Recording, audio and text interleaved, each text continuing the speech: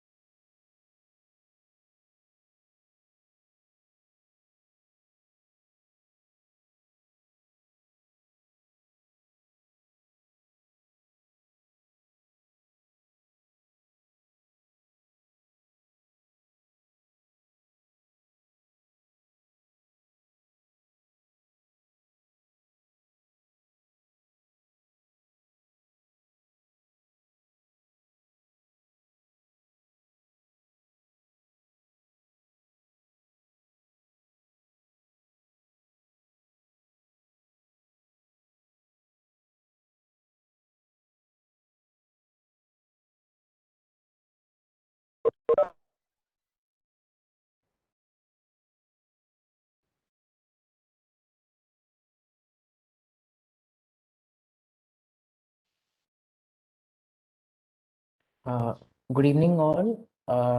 आज का सेशन रहेगा basics of cash and carry. Cash and carry strategy कैसे यूज करते हैं ट्रेडर्स अपना प्रॉफिट या अपने मार्जिन्स कमाने के लिए। आज उसके बारे में एक बेसिक सा एक डिस्कशन रखेंगे। तो बेसिकली ट्रेडिंग स्ट्रेटजीज 3 टाइप की होती हैं। आपका एक स्पेकुलेशन होता है, एक हेजिंग होता है और एक आर्बिट्रेज होता है। स्पेकुलेशन में क्या होता है, आज मैंने कोई भी चीज खरीद ली, मान लो 100 रुपए में। मैं एक्सपेक्ट करता हूँ कि महीने के एंड में उसका जो कॉस्ट है 105 हो जाएगा। मतलब जस्ट एक एग्जाम्पल है। तो उसके बेसिस पे मैं अपना वॉल्यूम्स खरीद के रख लूंगा और ये जस्ट एक स्पेकुलेशन है कि आज 100 रुपए है तो कल 105 हो जाएगा और मैं अपने प्रॉफिट्स बुक करके निकल जाऊंगा। उसमें ऑप्शन मतलब स्पेकुलेशन में आप इक्वली एक्सपोज्ड भी हो रिस्क के, और हो सकता है 100 के नीचे चले जाए तो जितना भी है आपका पूरा लॉस में जाएगा।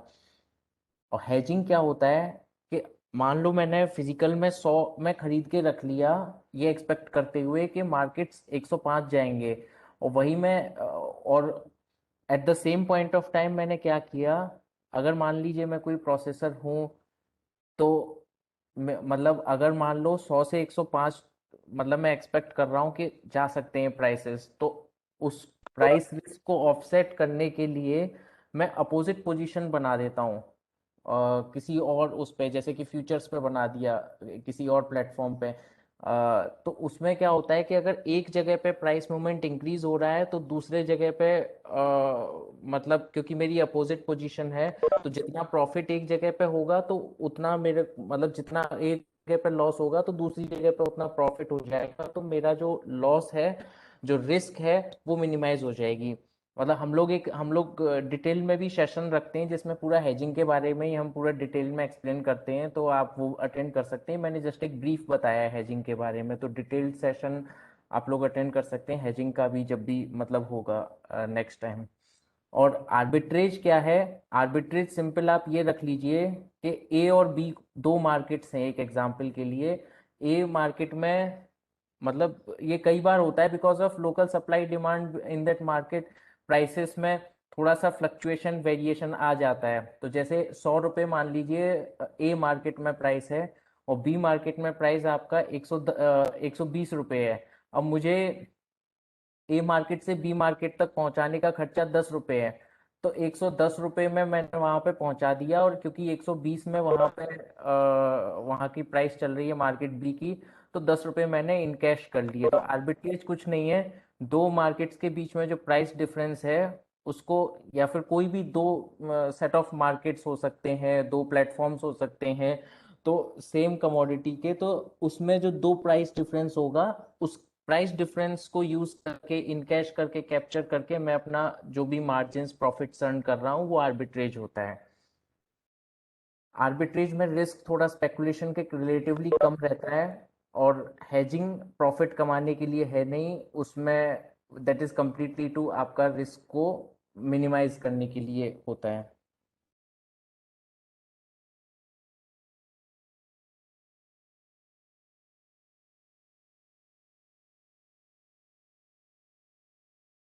तो मतलब जैसे कि मैंने अभी ब्रीफ किया था आर्बिट्रेज के बारे में, तो it is just a process of buying something. आपने एक सस्ते मार्केट में खरीद के वही चीज थोड़ा सा महंगा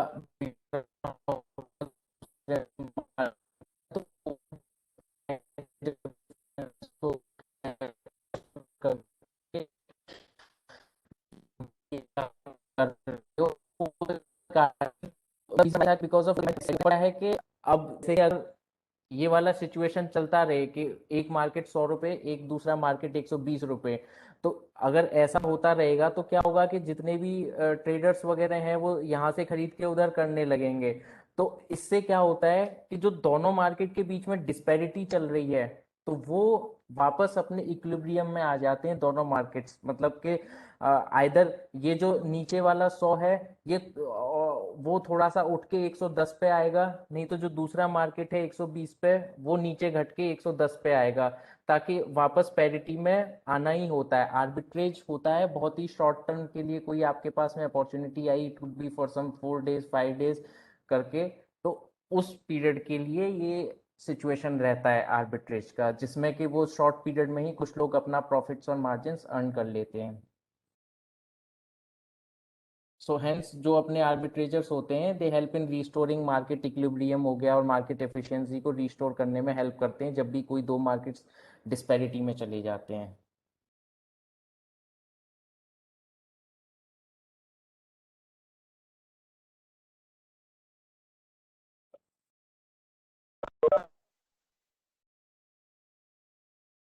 अब कैश एंड कैरी आर्बिट्रेज क्या है? कैश एंड कैरी मतलब एक आर्बिट्रेज स्ट्रेटजी है जिसमें कि कोई भी फ्यूचर कॉन्ट्रैक्ट में कमोडिटी रहती है, तो उसका जो मतलब चना का कॉन्ट्रैक्ट है एक एग्जाम्पल पे, तो हमने वही चीज हमने फिजिकल में भी हम खरीद रहे हैं, और उसकी अपोजिट पोजीशन हम उधर बना रहे हैं। मतलब बेसिकली फ्यूचर प्राइस क्या है कि आपका जो भी स्पॉट प्राइस है, और आपको कैरी करने तक का जितना भी कॉस्ट है, स्पॉट प्राइसेस प्लस जो आपका कॉस्ट ऑफ कैरी रहता है, आइडियली फ्यूचर प्राइस को वहां पे होना चाहिए। बट उसमें भी होता है कई बार कि फ्यूचर प्राइसेस थोड़ा सा हायर रहता है spot prices plus cost of carry वगैरह को, तो वो अगेन एक आर्बिट्रेज अपॉर्चुनिटी आ जाती है, तो उसको हम इनकैश करते हैं। तो जैसे कैश एंड कैरी में क्या होता है कि ओवर फ्यूचर्स ओवर प्राइस्ड रहते हैं कंपेयर टू स्पॉट, तो उस केस में हम मतलब क्या करेंगे, जैसे कि अगर फिजिकल 4,000 का चल रहा है और अपना कॉस्ट ऑफ कैरी 40 रुपए है, एक एग्जांपल दे रहा हूँ, और अ, जो फ्यूचर प्राइस अभी चल रहा है 4,050 पे चल रहा है, तो सिंपल हम फिजिकल में हम खरीदेंगे 4,000 में, अपना जो कॉस्ट ऑफ कैरी रहेगा एक महीने का 40 रुपए का, 4,040 हो जाएगा अपना, और 4,000 हमने फ्यूचर सेल कर ही दिया है 4,050 पे, तो वो 10 रुपीज का जो मार्जिन है उसको हम इनकैश करके अपना कैश एंड कैरी आर्बिट्रेज के बेसिस पे हम अपना प्रॉफिट्स अर्न करेंगे। Similarly reverse cash and carry में उसका उल्टा हो जाता है कि किसी को मतलब ये तब है कि फ्यूचर्स अगर नीचे चल रहे हैं स्पॉट के कंपैरिजन में, तो लोग फिर उसका अपोजिट पोजीशन बनाते हैं, मतलब कि फिजिकल में गुड सेल करेंगे और फ्यूचर्स पे बाय करेंगे। तो अगर मतलब मैं इनमें सिर्फ कैश एंड कैरी का बताऊं, तो इसमें क्या रहता है कि ये प्रॉफिटेबल जब तक है जब तक कि आपका buying cost plus cost of carry is less than what you will receive अगर आप फ्यूचर्स पे सेल करते हो अपना बिफोर द एक्सपायरी। ये एक रियल टाइम एक एग्जाम्पल लिया है मैंने, जैसे 24 मई को अपना बार्ले का फ्यूचर प्राइस 1938 था, और जो स्पॉट में चल रहा था, जैसे गंगानगर का ही मैंने स्पॉट मार्केट का एक्स वेयर हाउस प्राइस लिया है, 1870 था। इसमें मैंने ट्रेडर का एक ब्रोकरेज अराउंड 10 रुपीज़ कंसिडर करके, तो अगर हम देखें तो इसमें फ्यूचर प्राइस और स्पॉट प्राइस में अराउंड 58 रुपीज़ का डिफरेंस है। जो एक्स वेयर हाउस का स्पॉट फिजिकल मार्केट का प्राइस है, फ्यूचर्स में इतना डिफरेंस है। अब हम मतलब ये मेरे इसमें बेसिक हेडर्स हैं जो मतलब कॉस्टिंग लगती है अगर आप मतलब फ्यूचर पे आप डिलीवर करेंगे। जैसे वेयर हाउस रेंट है, तो फॉर एग्जांपल 25 डेज थे, 18 जून, ये 24 मई का एक रियल टाइम सिनेरियो था, और 18 जून का एक्सपायरी को 4.2 रुपीज़ पर टन पर डे का कॉस्टिंग है वेयर हाउस रेंट, तो उसके हिसाब से अराउंड 11 रुपीज़ हो गया 25 डेज का। ऐसे ही डिलीवरी चार्जेस हो गया, ट्रांजेक्शन चार्जेस, रिस्क मैनेजमेंट, और ENWR जनरेशन चार्जेस, जो भी मतलब अगर इनको मैं सम अप कर दूं तो अराउंड ये 17-18 रुपीज़ के करीब अपना ये कॉस्ट ऑफ कैरी रह जाता है। तो एक अप्रोक्सीमेटली 20 के करीब बैठता है, इसको राउंडेड ऑफ कर दो तो जैसे cost to deliver from spot to future कितना हो गया, अराउंड 1890 के अप्रोक्सीमेट हो जाता है, अगर हम जैसे जून कॉन्ट्रैक्ट का देखते हैं तो अब ये, और उस दिन अपना गंगानगर का मतलब अपना फ्यूचर्स प्राइस क्या चल रहा था, 1938। जैसा मैंने इधर मेंशन किया है, गंगानगर में डिस्काउंट -30 है, तो गंगानगर का इफेक्टिव प्राइस 1908 हो गया। मेरा कॉस्ट टू डिलीवर फ्रॉम जो 1870 से फ्यूचर तक जाने का 20 रुपीज़ का कॉस्ट लगा, तब भी 1890 है। तो मतलब ये राउंडेड ऑफ फिगर है, तो इसीलिए ये डिफरेंस बिटवीन जो स्पॉट एंड फ्यूचर आया, ये अप्रोक्सीमेटली 17 रुपीज़ का डिफरेंस आया। तो जनरली अब इसमें आप अलग अलग केसेस देख लीजिए, जुलाई में अगर वो करता है तो उसको सिर्फ 10 रुपीज़ का इधर मार्जिन मिल रहा है, और ऐसे ही अगस्त में उसको और कम हो जा रहा है। रीजन बिहाइंड आप देखें तो इसमें जो जून और जुलाई के बीच में सिर्फ 6 रुपए का डिफरेंस है, दोनों कॉन्ट्रैक्ट में इधर भी 6 रुपए का डिफरेंस है, बट उसका कॉस्ट ऑफ कैरी अप्रोक्सीमेटली 16-17 के करीब है। तो अगर ये इनके बीच में अगर डिफरेंस ज़्यादा होता फ्यूचर्स, ये जो दो फ्यूचर कॉन्ट्रैक्ट्स हैं, तो शायद हो सकता था वो ऑप्शन देखता कि जून में रख के फिर जुलाई में रोल ओवर कर दे या सीधा जुलाई में अपना पोजीशन बना ले। बट अगर इस केस सिनेरियो में देख के वो देखेगा कि सबसे ज़्यादा मेरे को difference between spot and future जून में मिल रहा है, तो वो जून में अपना सेल कर देगा, अपना फ्यूचर सेल करके वो जो भी ये अपना मार्जिन है 17 रुपीज़ का इनकैश कर लेगा। ये जस्ट एक एग्जाम्पल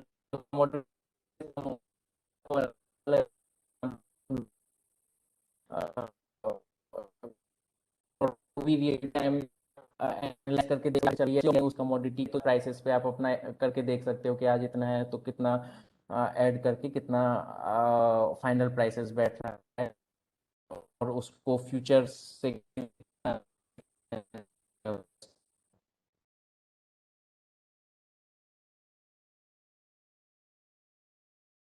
बात करो से क्या रहता है कि आप मतलब आज जून में आपने कॉन्ट्रैक्ट में पोजीशन बनाई है, तो आप अगर जून और जुलाई के कॉन्ट्रैक्ट के बीच में जो प्राइस डिफरेंस चल रही है उसको रोल ओवर करके जो मतलब आप अपना जो भी आपका प्रॉफिट वगैरह है आप इनकैश करते हो। अब जैसे कि शॉर्ट हेजर है एक एग्जांपल, उसने जून में मान लीजिए 5000 पे उसने सेलिंग पोजीशन बना रखी है, अब उसको जुलाई में रोल ओवर करना है, तो उसको प्रॉफिट कम मिलेगा कि अगर आज 5000 का, क्योंकि सेलिंग पोजीशन है, काटेगा तो अगेन लॉन्ग पोजीशन इधर जाएगा 5000 में, उसको 5000 के ज़्यादा मिलना पड़ेगा, तो पॉजिटिव रोल ओवर होना चाहिए, the value should be greater than 5000, अभी जो जून कॉन्ट्रैक्ट से ज़्यादा होना चाहिए जुलाई का। तो it is generally calculated as July minus June, आपका जो भी वैल्यू है दैट दैट डिफाइंस की whether if it is positive तो उधर शॉर्ट हेजर को फायदा मिलेगा, and if it is negative and if it is negative तो लॉन्ग हेजर को फायदा मिलेगा जिसने अपनी पोजीशन लॉन्ग कर रखी है नियर मंथ कॉन्ट्रैक्ट में। इसको एग्जाम्पल के उससे समझ लेते हैं, मतलब ये कैसे हो रहा है। जैसे कि कोई भी एक कंपनी है, उस वो मतलब उसको फिजिकल में उसने मटेरियल होल्ड कर रखा है, तो वो अपना शॉर्ट हेज करता है जुलाई एक्सपायरी में एग्जांपल। तो और देखते हुए मतलब मई में कॉन्ट्रैक्ट्स लिक्विड वगैरह हैं, तो इनिशियली वो शॉर्ट पोजीशन मई में लेता है और फिर वो सब्सिक्वेंटली रोल ओवर करता रहता है जून और जुलाई में, जैसे जैसे सिनेरियोज आते हैं। तो जैसे मई एक्सपायरी में 4000 है, जून एक्सपायरी 4050 है, और जुलाई एक्सपायरी 4100 है। तो अगर जो इनिशियली उसका जो उसने हेजिंग प्राइस थी उसकी वो 4000 थी मई की, तो अब क्योंकि शॉर्ट हेज है तो सीधी बात है 4000 से उसको जितना ज्यादा मिलेगा वो उसका एक तरफ से उसको एक तरफ से वो प्रॉफिट इनकैश कर रहा है उतना।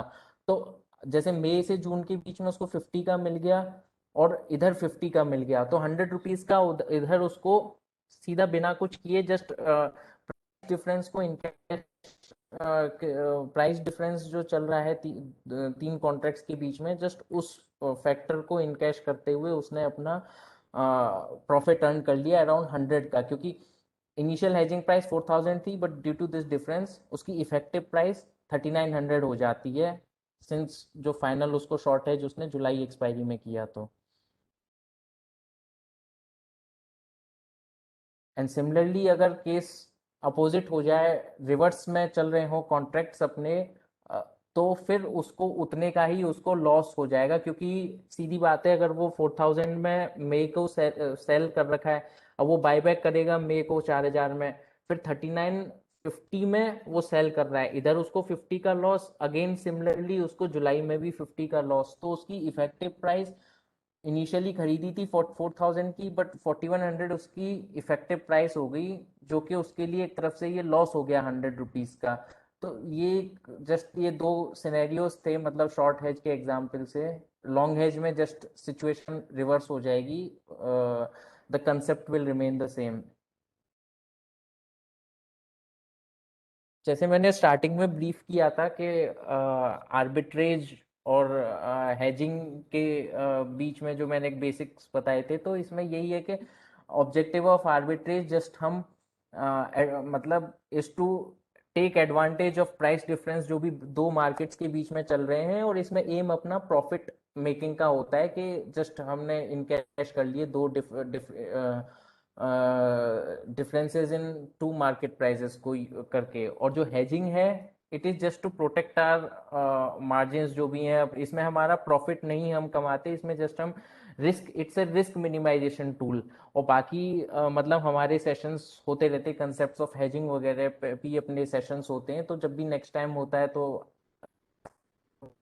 आई जाएगा, जिसमें कि हम फील्ड में कंसेप्ट ऑफ हेजिंग को उसका एक वेबिनार लेते हैं। ये एक, मेरी तरफ से मैं है this basics of cash and carry, तो आप पूछ सकते हैं।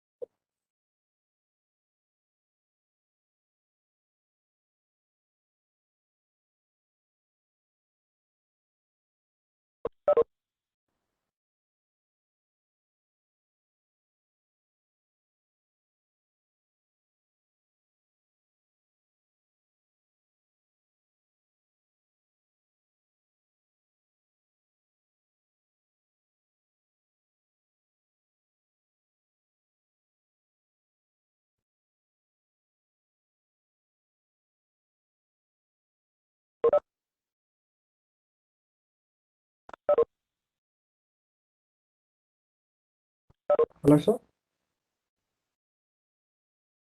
हेलो। ये सर। हाँ हाँ बोलिए गौतम जी। हाँ सर, मेरा एक क्वेश्चन था। अभी कैश एंड कैरी में हमें जो स्पॉट प्राइस और फ्यूचर प्राइस होती है ना, तो हम्म। उनकी इंफॉर्मेशन कहाँ से मिलती है? मतलब। देखो स्पॉट प्राइस का तो ये है कि मतलब आप जैसे एक एग्जांपल दे रहा हूँ, जैसे चने का एक एग्जांपल ले रहा हूँ, तो इसमें क्या रहता है कि आपका बीकानेर मतलब मेजर कई सेंटर्स होंगे आपके, बीकानेर रहेगा, जयपुर रहेगा, दिल्ली रहेगा।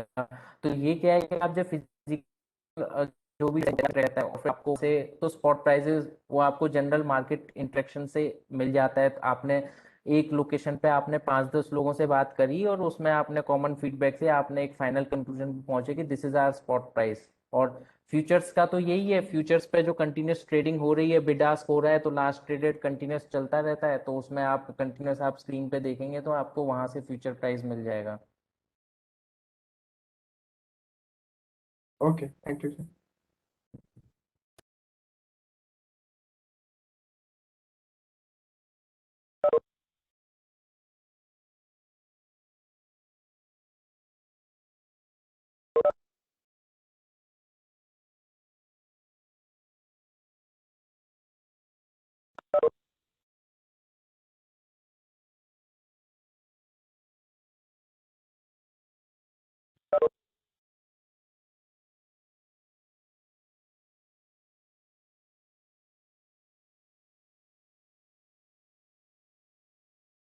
और किसी के क्वेश्चंस हैं?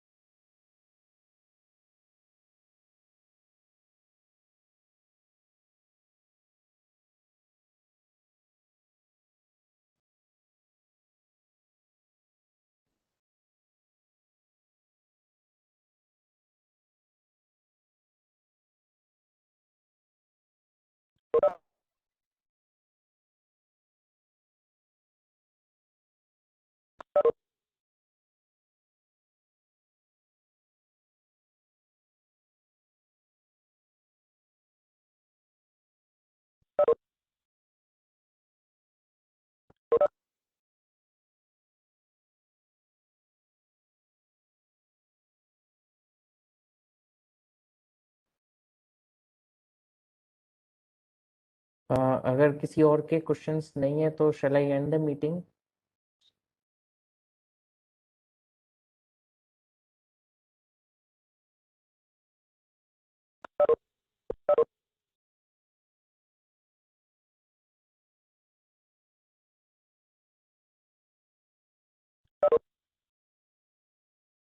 Okay, thank you everyone for attending the session. क्योंकि अभी किसी के क्वेश्चंस अभी नहीं लग रहा किसी और के क्वेश्चंस हैं, तो इधर मैं मीटिंग को एंड कर रहा हूँ मैं। Thank you all for your participation and thanks for giving your time.